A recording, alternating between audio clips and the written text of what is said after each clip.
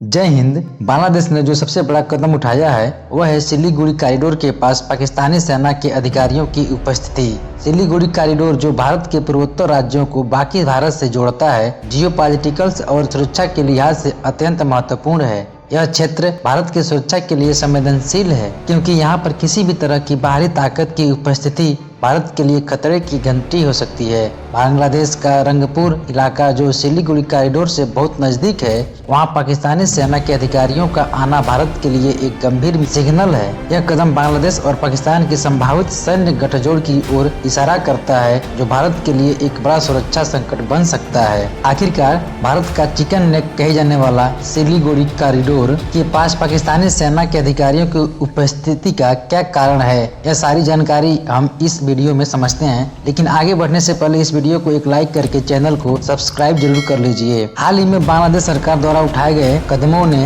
भारत और बांग्लादेश के बीच बढ़ते तनाव को एक नई दिशा दी है। इन कदमों को कुछ विशेषज्ञों ने एक्ट ऑफ वार माना है, जिससे यह स्थिति काफी गंभीर हो गई है।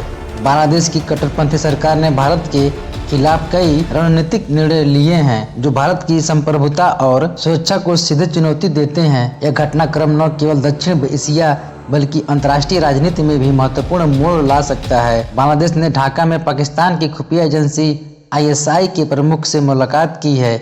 यह कदम भी भारत के लिए चिंता का विषय है। ISI का बांग्लादेश में आना 1960 के दशक के बाद से पहली बार है जब पाकिस्तान और बांग्लादेश के बीच सैन्य सहयोग दिख रहा है। 1968 में भारत के नॉर्थ ईस्ट में अलगाववादी गतिविधियों को बढ़ावा देने में ISI का हाथ था और इस समय भी यह एजेंसी बांग्लादेश में बैठकर भारत के खिलाफ फिर से साजिश कर सकती है। बांग्लादेश की सरकार के इस कदम ने भारतीय सुरक्षा प्रतिष्ठान को चिंता में डाल दिया है, क्योंकि यह क्षेत्रीय शांति को प्रभावित कर सकता है। शेख हसीना के शासन के दौरान बांग्लादेश ने पाकिस्तान और ISI को अपने देश में पनपने का कोई अवसर नहीं दिया था। हालांकि हसीना की सरकार के जाते ही बांग्लादेश में पाकिस्तानी तत्वों की बढ़ती उपस्थिति एक नई चुनौती उत्पन्न कर रही है। यह स्थिति भारत के लिए चिंता का विषय है, क्योंकि ISI और पाकिस्तानी सेना का प्रभाव अब बांग्लादेश में बढ़ता हुआ दिख रहा है। बांग्लादेश की वर्तमान कट्टरपंथी सरकार ने एक और विवादित बयान दिया है, जिसमें भारत से शेख हसीना को वापस करने की मांग की गई है। यदि ऐसा नहीं हुआ तो भारत के खिलाफ अंतर्राष्ट्रीय अदालत में मुकदमा दायर करने की धमकी दी गई है। भारत सरकार को अब इस गंभीर स्थिति पर ध्यान केंद्रित करना होगा। एक्सपर्ट्स का मानना है कि अब समय है जब भारत को वेट एंड वॉच पॉलिसी से बाहर निकलकर एक ठोस और निर्णायक कार्रवाई करनी चाहिए। संयम का रुख अब भारत के लिए महंगा साबित हो सकता है, और यदि बांग्लादेश और पाकिस्तान का यह गठजोड़ आगे बढ़ता है तो भारत की सुरक्षा के लिए यह एक बड़ा खतरा बन सकता है।